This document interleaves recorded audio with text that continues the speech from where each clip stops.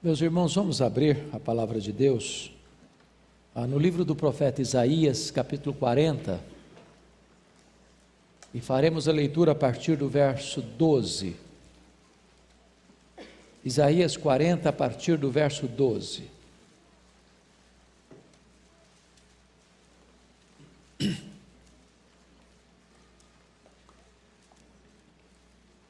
Todo esse texto, basicamente, está regido por perguntas, e perguntas retóricas. A resposta já está na própria pergunta, e eu chamo a sua atenção para o estilo do profeta Isaías ao descrever nesta passagem a majestade de Deus. E o profeta começa assim: quem na concha de sua mão mediu as águas e tomou a medida dos céus a palmos?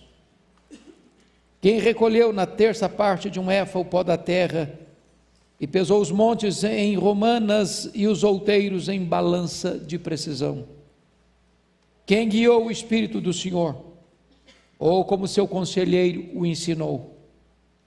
Com quem tomou ele conselho para que lhe desse compreensão? Quem o instruiu na vereda do juízo e lhe ensinou sabedoria e lhe mostrou o caminho de entendimento? Eis que as nações são consideradas por ele como um pingo que cai de um balde, ou como um grão de pó na balança. As ilhas são como pó fino que se levanta.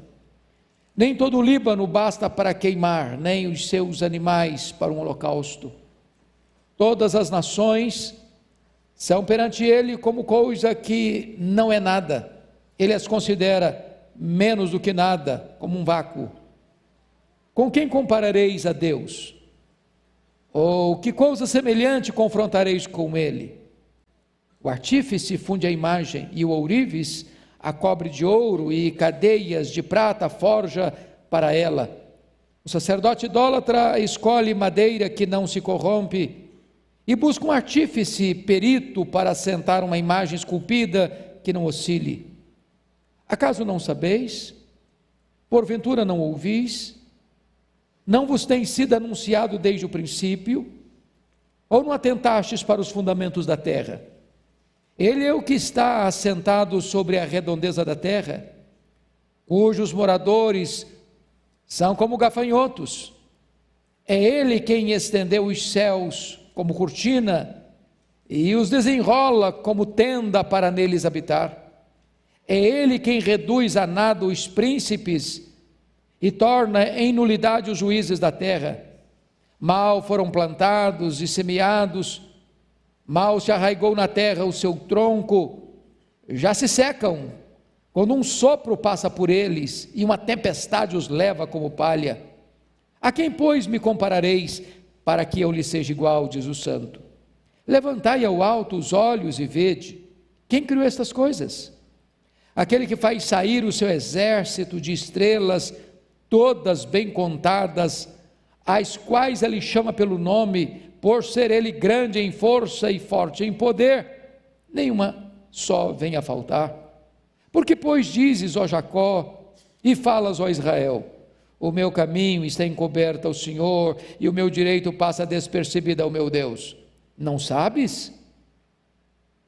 Não ouviste que o eterno Deus, o Senhor, o Criador dos fins da terra, nem se cansa, nem se fatiga? Não se pode esquadrinhar o seu entendimento. Faz forte ao cansado e multiplica as forças ao que não tem nenhum vigor. Os jovens se cansam e se fatigam, e os moços e exaustos caem, mas os que esperam no Senhor renovam as suas forças, sobem com asas como águias, correm e não se cansam, caminham e não se fatigam. Amém? Bom, eu gostaria de pensar um pouco com vocês hoje sobre uma pergunta também, já que o texto é regido por perguntas. E a pergunta é: quão grande é o nosso Deus? Quão grande é o nosso Deus?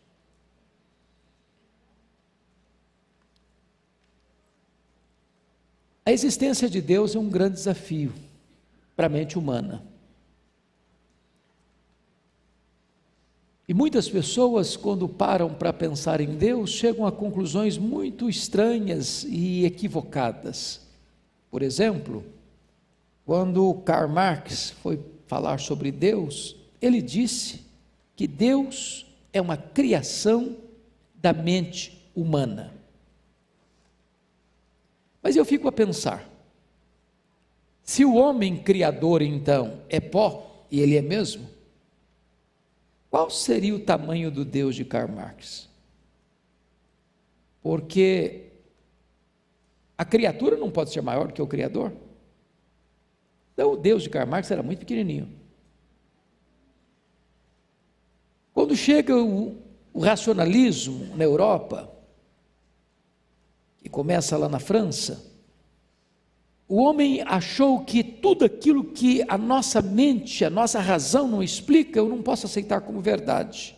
Então começaram a negar a existência de Deus, porque Deus não se explica pela razão humana. Aí veio no século XVIII o Iluminismo.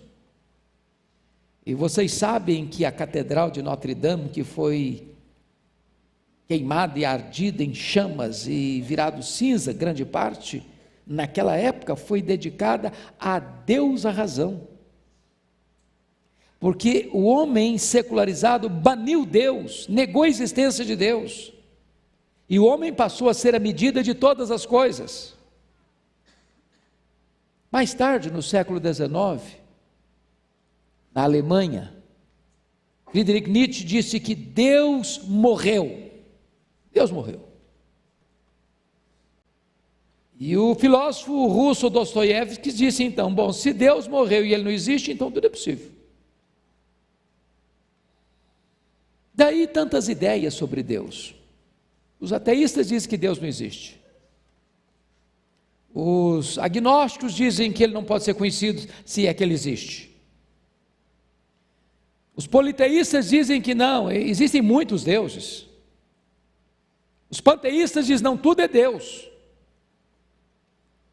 Os deístas dizem ele existe, mas está muito longe, não se conecta com a gente. Mas permanece então a pergunta, quem é o nosso Deus?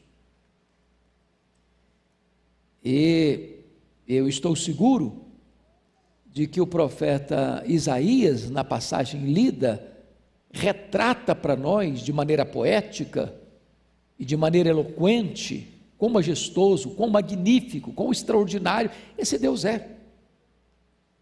E eu preciso concordar com o nosso irmão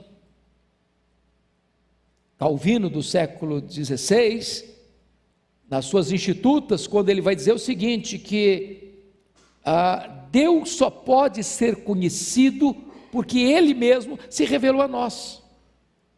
Não é resultado de uma investigação humana, de uma pesquisa humana, de uma perquisição da mente humana, mas você e eu conhecemos a Deus porque Ele se revelou.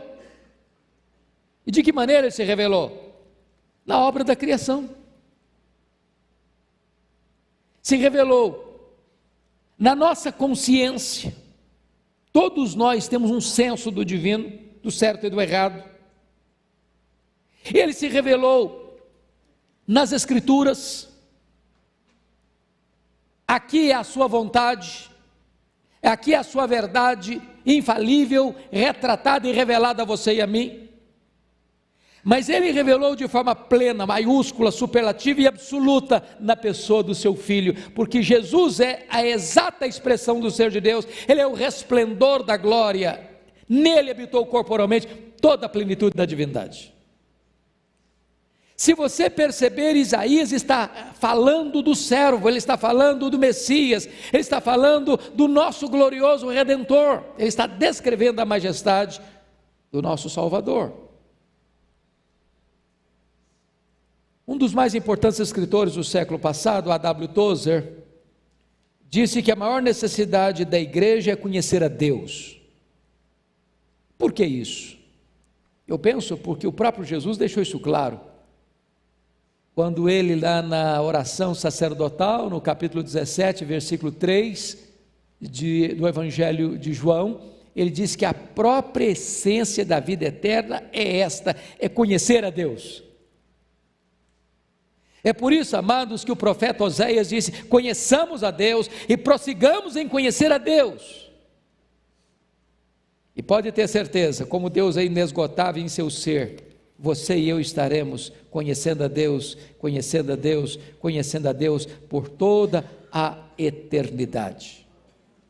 Então, eu queria hoje que nós olhássemos para esse texto e extraíssemos daqui algumas lições para nós. Primeiramente, um fato incontestável: a grandeza incomparável de Deus. Os estudiosos, sobretudo os teólogos sistemáticos, e a teologia sistemática é uma bênção, porque ela ajuda você a direcionar seus pensamentos de uma maneira mais lógica. Então, eles foram pensar no ser de Deus e disseram o seguinte: Deus tem atributos, Deus tem qualidades, Deus tem predicados. E ao examinar a pessoa de Deus, eles pensaram assim: bom, Deus tem atributos que Ele tem, e só Ele tem, e Ele nunca repartiu, nem repartirá com os seus, nem com os anjos, nem com os homens, só Ele tem. Quem é esse Deus? Primeiro, Ele é autoexistente, Ele não foi criado, Ele é o Criador. Segundo, Ele é eterno, só Ele é eterno, o Pai da eternidade.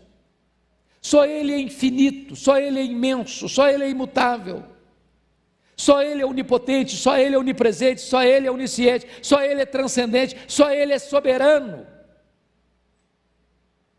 Este Deus é tão grande, tão grande, tão grande, que nem os céus dos céus pode contê-lo. Muito embora Ele é Espírito, Ele é amor, e Ele é luz, e Ele é fogo consumidor, e Ele é bondade, e Ele é justiça, e Ele é misericórdia, e Ele é justo, e Ele reparte conosco alguns dos seus atributos. Agora, o profeta Isaías está revelando para nós quão grande Ele é. Mas, quando você para perceber a grandeza deste Deus, você precisa comparar essa grandeza com algo ou com alguém para você ter uma noção de quão grande Ele é. Então, vejamos qual é a maneira de Isaías nos retratar Deus. Confira comigo, por favor. Primeiro, a grandeza de Deus em relação à própria obra da criação. E 2 versos aqui retratam isso, com eloquência. Primeiro, o verso 12, você pode ler novamente comigo o verso 12, vamos juntos? Quem, na concha de sua mão, mediu as águas, e tomou a medida dos céus a palmos. Quem recolheu na terça parte de um éfa o pó da terra, e pesou os montes em romanas, e os outeiros em balança de precisão. Agora vamos para o verso 26, porque ele descreve também a grandeza de Deus em relação à criação. Vamos juntos, versículo 26? Levantai ao alto os olhos e vede, quem criou essas coisas? Aquele que faz sair o seu exército de estrelas, todas bem contadas, as quais ele chama pelo nome, por ser ele grande em força e forte em poder, nenhuma só vem a faltar. Pensem, meus irmãos, que nas palavras do profeta Isaías, esse mundo não existe desde sempre. A matéria não é eterna. Segundo, este universo não veio a existir por iniciativa própria. Terceiro, este mundo que foi criado, então, não foi criado por meio de uma mega explosão cósmica. Quarto, este mundo que existe não é fruto de uma evolução de milhões e milhões de anos. Este mundo foi criado, e criado por Deus. Mas qual é a relação desse Deus com este mundo criado? E aí ele traz para nós algumas imagens poéticas, com perguntas retóricas. Ele é aquele que mede as águas na concha da sua mão. Que águas? E você para pensar, nos oceanos, no Pacífico, no Atlântico, no Índico, no Mediterrâneo, no Egeu, no Jônico e em tantos outros. E quando você para imaginar nesta figura, que ele mede as águas na concha da sua mão, é a maneira mais eloquente de Isaías dizer que ele é muitíssimo maior do que o universo que ele criou. Esse é o seu Deus. Mas ele usa outra figura no verso 12 que é estonteante para nós. Tomou a medida dos céus a palmos. Bom, quando você olha a olho nu, você vê um céu estrelado. Você fica encantado. O pensador alemão Immanuel Kant diz que há duas coisas o encantavam: a lei moral dentro dele, o céu estrelado acima dele. Mas o que nós vemos é nada diante do que existe.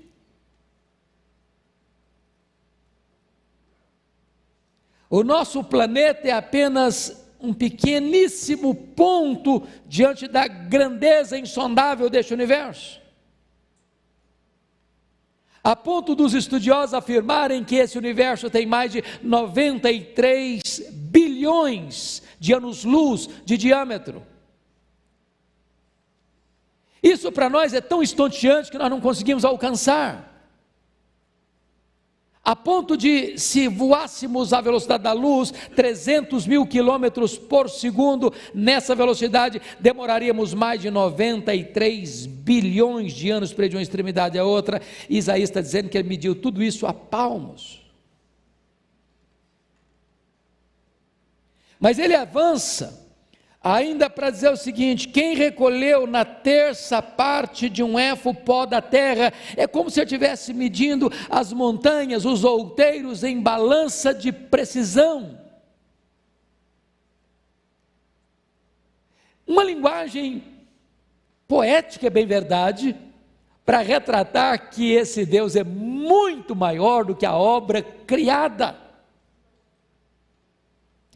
Mas se você parar para perceber, lá no versículo 26, ele vai usar outra imagem.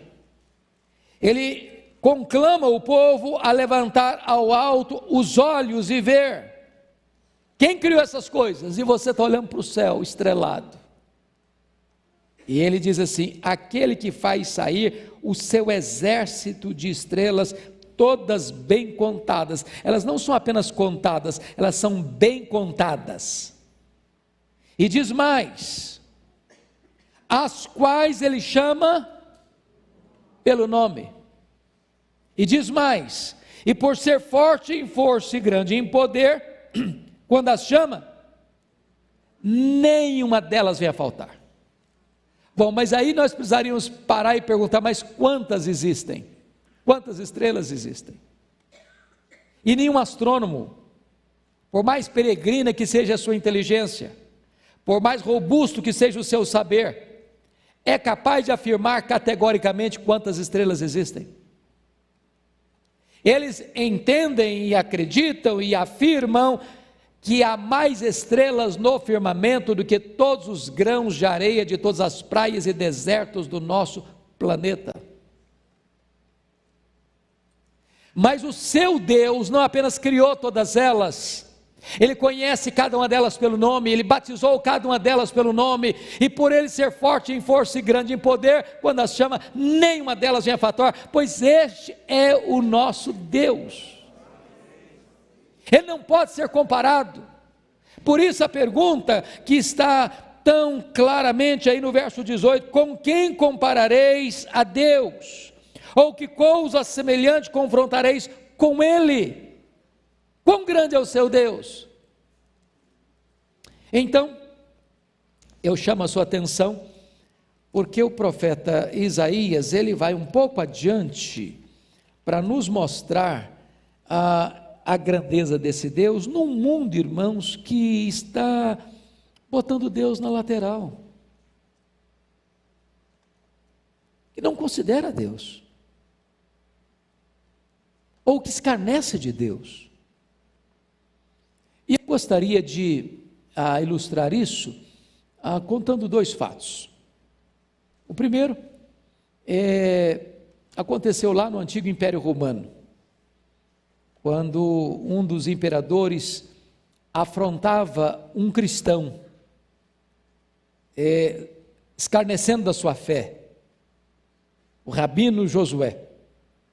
E um dia o imperador disse assim: rabino, se você me mostrar o seu Deus, eu crerei nele. Mostre-me, eu crerei nele. E o rabino disse: tá bom, mostrarei ao senhor. Aceitou o desafio. E no dia determinado, o rabino convidou o imperador para dar um passeio pelo palácio, pelos jardins do palácio, sol a pino. E ele então disse: imperador, por favor, olhe para o sol, mire-o bem, encare-o por alguns instantes.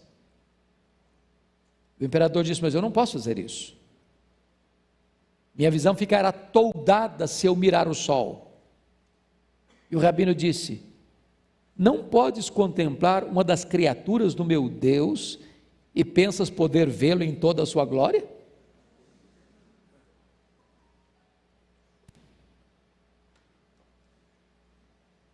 O segundo fato aconteceu na França,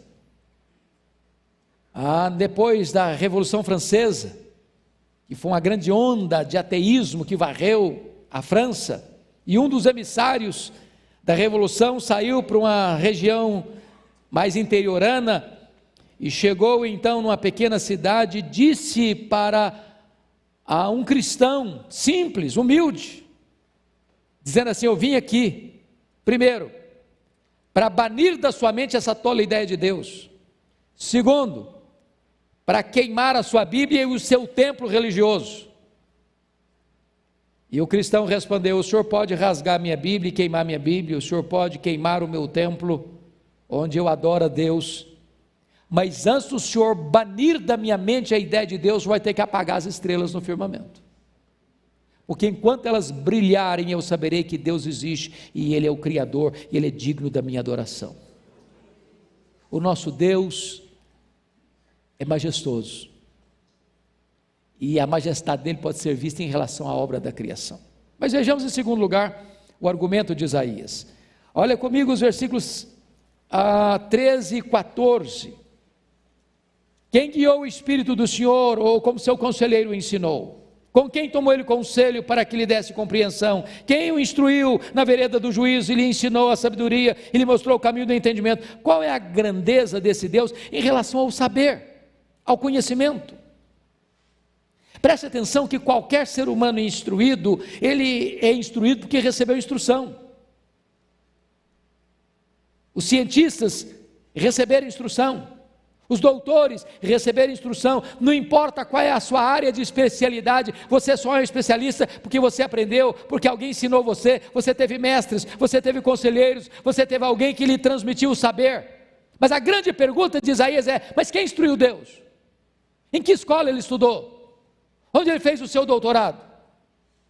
Que banca examinou sua tese de doutorado? Quem o instruiu para que ele aprendesse? Em quem ele foi buscar orientação para criar o universo? Quem foi o seu instrutor? Quem foi o seu mestre? De quem ele aprendeu? E as perguntas retóricas de Isaías estão mostrando uma coisa para nós: Deus não aprendeu, Ele é a fonte do aprendizado. Ele não estudou ciência, Ele é a fonte da ciência, Ele é a fonte do saber. Todo o saber deriva dele, todo o conhecimento deriva dele, toda a instrução deriva dele, ele e a verdade dele decorre toda a verdade. Desta forma, Isaías está mostrando para nós quão grande, quão magnífico, quão majestoso é o nosso Deus. Ele é a fonte de todo saber. Mas em terceiro lugar, irmãos, confiram comigo, o profeta Isaías ainda vai mostrar a majestade de Deus, a grandeza de Deus, em relação notem vocês, as nações poderosas. Confira aí, por favor, versículos 15 a 18. Você pode ler comigo, por favor? Vamos juntos? Eis que as nações são consideradas por ele como um pingo que cai de um balde, ou como um grão num pó de balança. As ilhas são como o pó fino que se levanta. Nem todo o Líbano basta para queimar, nem os seus animais para o holocausto. Todas as nações são perante ele como coisa que não é nada. Ele as considera menos do que nada, como um vácuo. Com quem comparareis a Deus? Ou que coisa semelhante confrontareis com ele? Preste atenção. Pensa nas nações poderosas da época, ou nos impérios poderosos da época. Pense no Egito, com as suas pirâmides empinadas aos céus. Pense comigo no Império Assírio, expansionista, guerreiro, poderoso, avassalador, com Nínive, uma das cidades mais protegidas do mundo, com muralhas que 3 carruagens podiam caminhar por cima, com 1.200 torres. Pense comigo na megalomaníaca Babilônia, com seus jardins suspensos, com seus palácios. Pense comigo no Império Medo-Persa. Pense comigo na grandeza do Império Greco-Macedônio.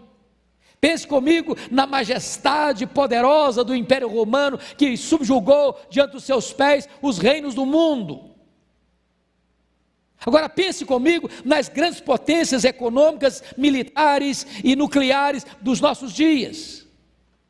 Numa linguagem quase que afrontosa do profeta, ele diz que todas essas nações, não uma delas, todas elas para Deus é como um pingo que cai de um balde.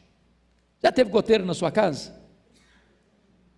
Aí você bota um balde lá debaixo da goteira, pá, caiu um pingo. Todas as nações são para Deus como esse pingo que cai num balde. Você tem medo de um pingo? Você se apavora com ele? Corre o risco de você ser inundado por um pingo que cai num balde? Todas as nações para Deus não passam de um pingo que cai num balde, ou numa outra linguagem, um pó numa balança, não faz diferença nenhuma, cai um pó, não cai um pó, a balança fica do mesmo jeito. Mas para examinar um pouco mais profundamente, isso é menos do que nada. Até hoje eu confesso a vocês, eu não sei com a minha limitada inteligência o que é menos do que nada. Você sabe o que é?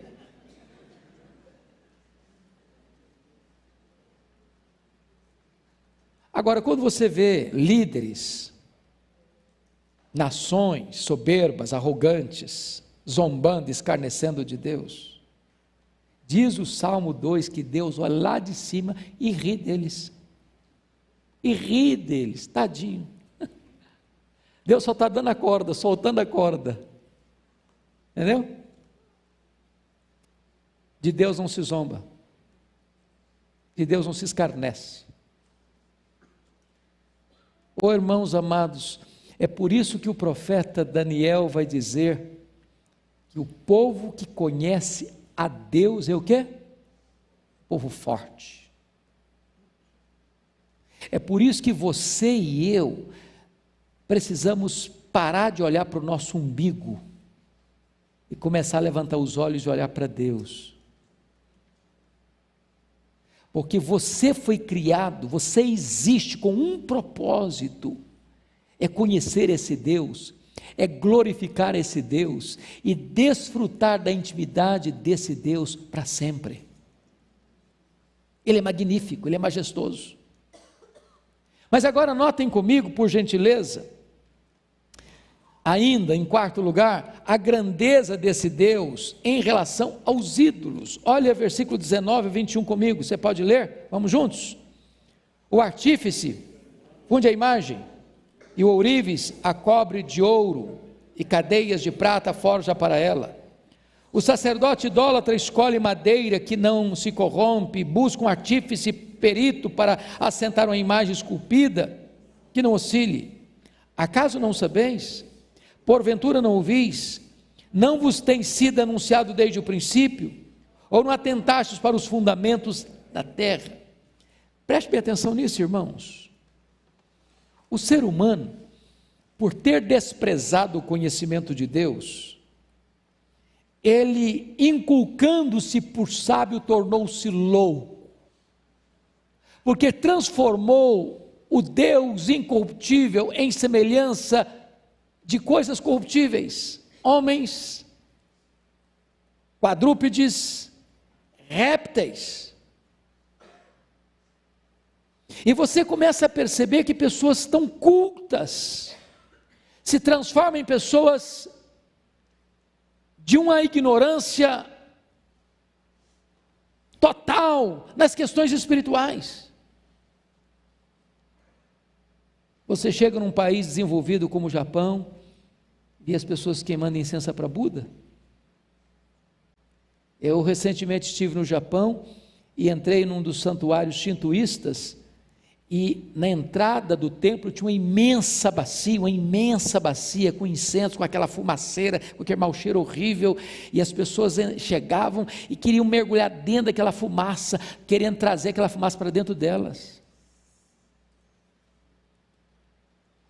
Eu visitei no Japão um templo chamado Templo da Fertilidade, onde o órgão reprodutor masculino era a divindade onde as pessoas adoravam.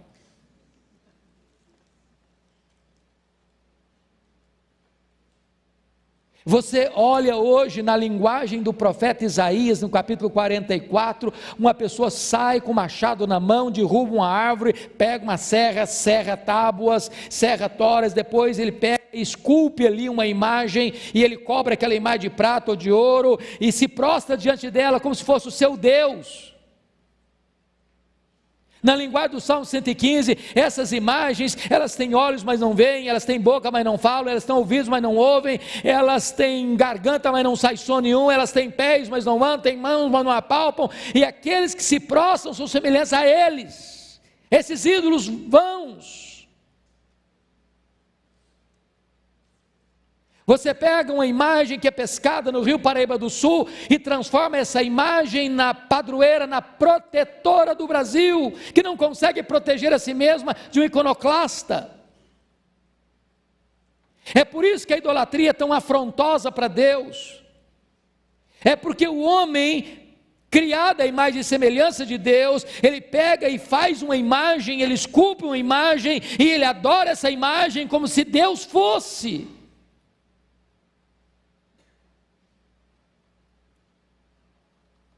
O nosso Deus é maior do que os ídolos. Os ídolos não podem salvar. Se você deixá-lo aqui, ele fica aqui. Se você quebrar, ele fica quebrado. Se você não carregar nas costas, ele não carrega você. Essa é a linguagem de Isaías 46. Os ídolos dos povos precisam ser carregados nas costas, precisa de um andor, precisa de um carro alegórico para levá-los, porque eles não podem andar, eles não podem salvar, eles não podem socorrer, eles são feitos por mãos humanas e eles não têm nenhum poder. Mas o nosso Deus é o Deus Todo-Poderoso. Mas nota ainda comigo, irmãos, a grandeza do nosso Deus em relação aos príncipes. Olha o versículos 22 até o versículo 25, você pode ler comigo, vamos lá? Ele é o que está assentado sobre a redondeza da terra, cujos moradores são como gafanhotos. É Ele quem estende os céus como cortina e os desenrola como tenda para neles habitar. É Ele quem reduz a nada os príncipes e torna em nulidade os juízes da terra. Mal foram plantados e semeados, mal se arraigou na terra o seu tronco, e já se secam.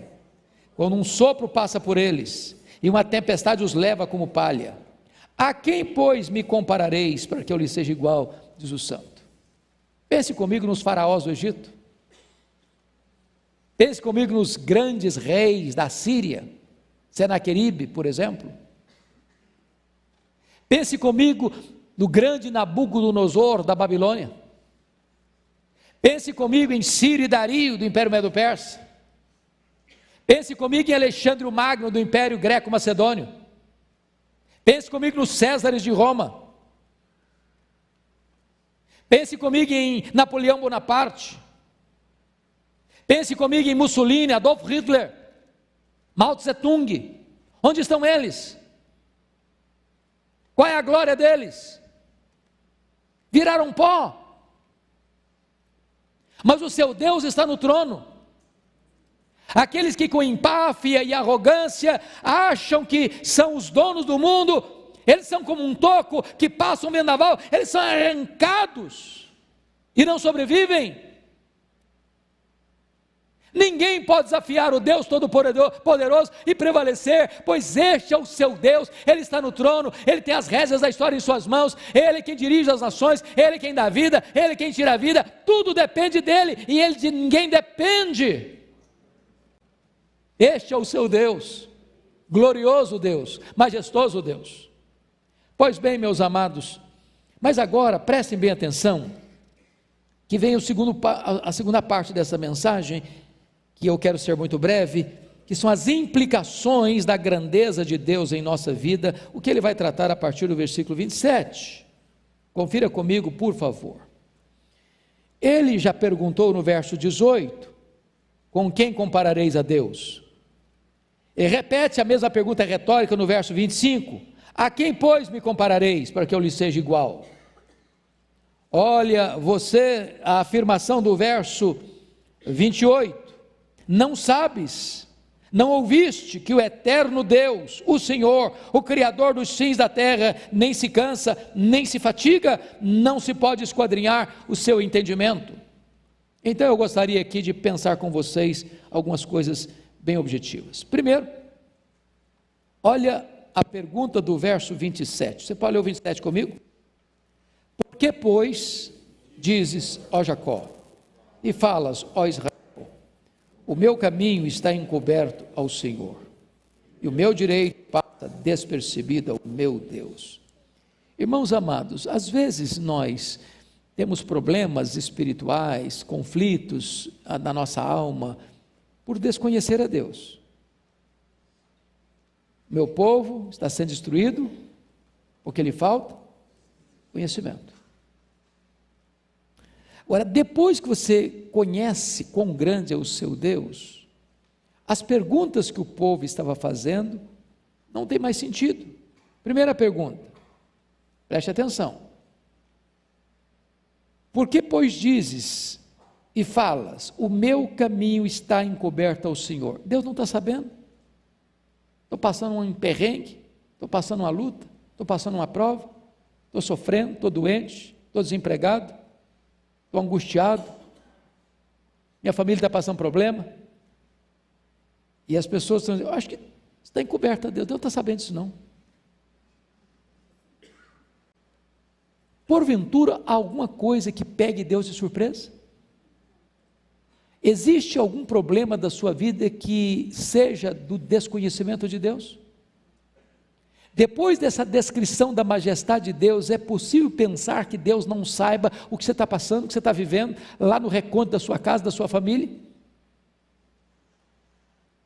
Mas a segunda pergunta deles, ela tem um tom mais pesado, de censura. Olha aí o versículo 27, parte B, quando ele diz assim, e o meu direito passa despercebido ao meu Deus. Agora ele está acusando Deus de ser um Deus injusto, de ter direitos e Deus não estar dando a ele o direito que ele tem, de estar passando determinada situação na vida em que ele não merece estar passando, e que Deus não está cuidando, e que Deus não está intervindo, e que Deus não está agindo, e que Deus não está trabalhando em favor dele. Então a primeira acusação é que Deus desconhece, a segunda acusação é que Deus é injusto. Como é que a resposta vem a essas duas questões? Versículo 28, você pode ler comigo? Não sabes, não ouviste, que o eterno Deus, o Senhor, o Criador dos fins da terra, nem se cansa, nem se fatiga, não se pode esquadrinhar o seu entendimento. Então preste atenção nisso, amado. Deus não se cansa de cuidar de você. Não há Deus como o nosso, que trabalha para aqueles que nele esperam. Aos seus amados ele os dá enquanto dormem. Ele cavalga nas alturas para a nossa ajuda. Ele não se cansa de todo dia dar o pão de cada dia a você, Ele não se cansa de proteger você, de preservar você, de guardar você, de cuidar de você, Ele não se cansa de ouvir as suas orações, Ele não se cansa de perdoar os seus pecados, Ele não se cansa, Ele não se fatiga, Ele está hoje 24 horas no ar, cuidando de você, como vigia, Ele não dorme, Ele não toscaneja, Ele cuida, Ele cerca, Ele protege, Ele abençoa, Ele guarda, Ele conduz. Esse é o seu Deus. Mas agora, há uma promessa no verso 29, confira comigo: faz forte ao cansado e multiplica as forças ao que não tem nenhum vigor. Eu não sei quanto a você, mas não é só gente idosa que fica cansada, é? Tem uma meninada cansada aí, tem não? Hã?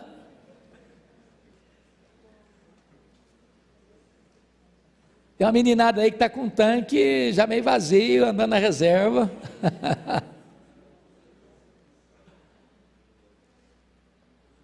Então eu vou dizer uma coisa para você: Deus faz forte ao cansado, viu? Se você já está com a bateria riada, pode ter certeza, Deus multiplica as suas forças. Se você já pensou em jogar a toalha, em desistir, saiba que Deus vai encher o seu tanque de novo.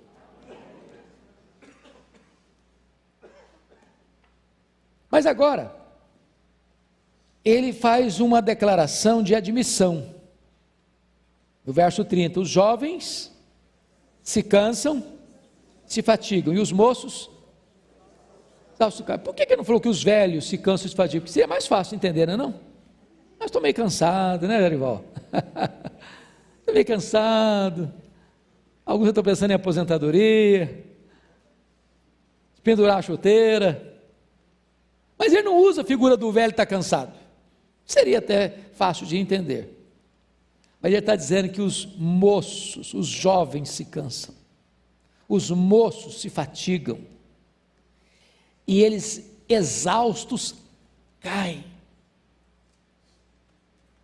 Porque eu posso garantir para você que as lutas da vida não são enfrentadas na força do braço da carne.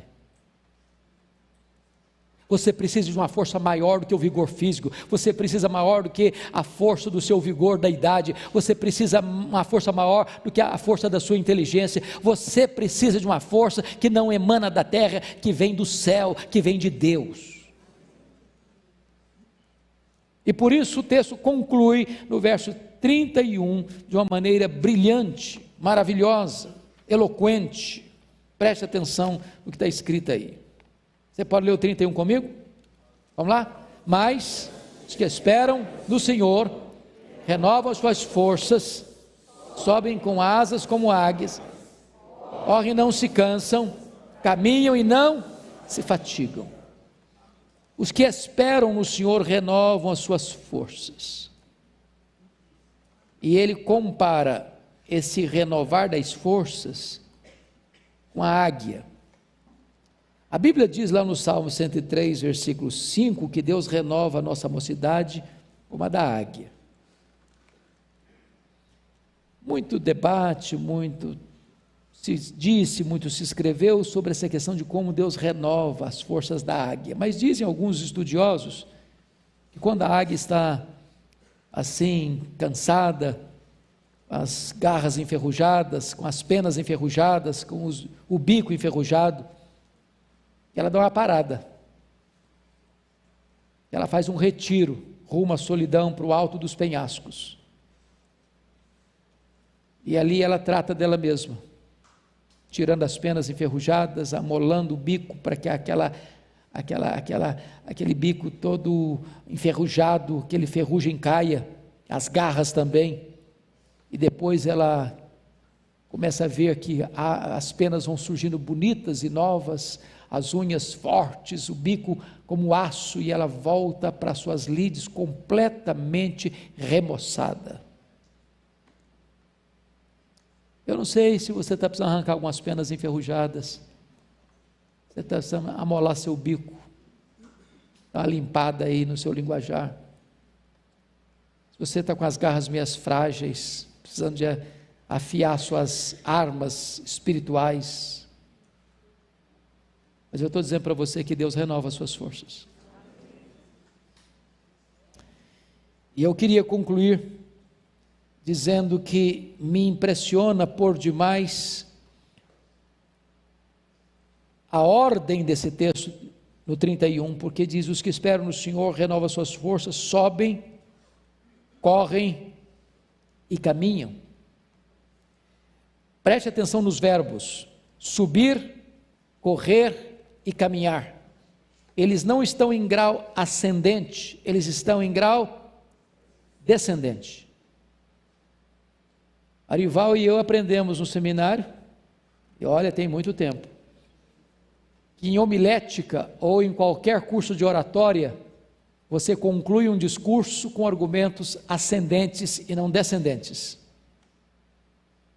Nós diríamos: aqueles que esperam no Senhor renovam suas forças, e eles caminham, e eles correm, e eles sobem. Não seria mais bonito? Por que o texto está em grau descendente? Os que esperam no Senhor sobem, correm, caminham. Porque na verdade, subir poucas vezes a gente sobe na vida. Correr, quando você é mais jovem você corre. Mas caminhar é a dinâmica da vida, é a rotina da vida. Sabe onde as suas energias são mais consumidas? Não é nas poucas vezes que você voa, nem em algumas vezes que você corre.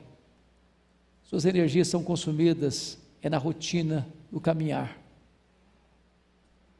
Vai para o trabalho, volta para casa, vai à igreja, volta para casa. É a rotina da vida. E sabe, Deus está aqui hoje para renovar suas forças. Para você voar como águia, para você correr como atleta, para você caminhar como um cristão vitorioso.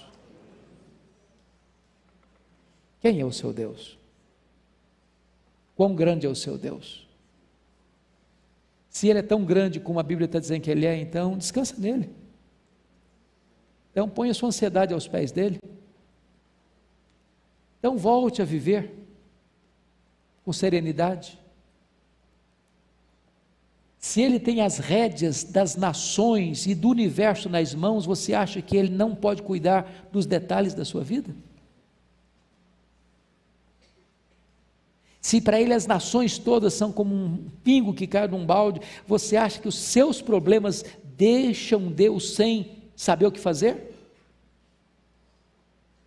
Se Ele é capaz de contar cada estrela e chamar pelo seu nome, você acha que Ele não conhece você pelo nome? Você acha que Ele não ama você e cuida de você? Ele vai guiar você com o seu conselho eterno, e Ele então vai receber você na glória. Descansa nele, confia nele, põe o seu fardo nas mãos dele, e desfrute de uma vida plena, maiúscula, superlativa e abundante. Vamos ficar em pé? Vamos orar.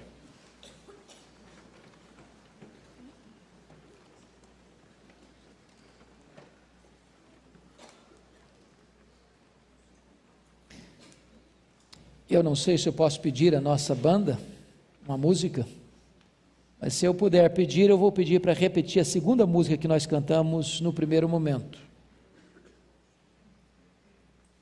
Não atrapalha vocês, não? Então vamos fazer isso. Nós vamos orar e depois nós vamos cantar a música que nós já cantamos, porque eu acho que ela é muito própria e muito oportuna para concluir a mensagem de hoje à noite. Pastor Arival, o senhor ora por nós, por favor. Por favor. Com testosterona, você toma uma injeção dessa aqui, você sai, né? Senhor Deus, Tu és grande demais, Tu és imensurável, Senhor. E nós ficamos deslumbrados com a Tua grandeza, com a Tua majestade. E o que é bom nessa noite é sabermos que apesar de tão grande, o Senhor se importa comigo, com cada pessoa que está aqui, Senhor. Que aquilo que nos angustia o Teu coração. Que aquilo que nos entristece o Senhor. que aquilo que nos alegra o coração do Senhor. Pai, derrama unção de graça sobre nós aqui nessa noite, que nós possamos receber essa força. A tua palavra diz que o Senhor faz forte ao cansado. Então, na nossa fraqueza, nos fortaleça aqui nessa noite, Senhor. E que nós possamos, deslumbrados com a tua grandeza, sejamos impactados por ela, nutridos por ela. E que cada vez mais nós possamos crescer em admiração, em louvor, na nossa vida pelo Senhor. Quão grande é o meu Deus. Quão grande é o nosso Deus. Que essa verdade saia martelando a nossa mente para nós lutarmos essa semana, no restante dela, em nome de Jesus. Amém, Senhor. Vamos lá, irmãos. Quão grande é o meu Deus.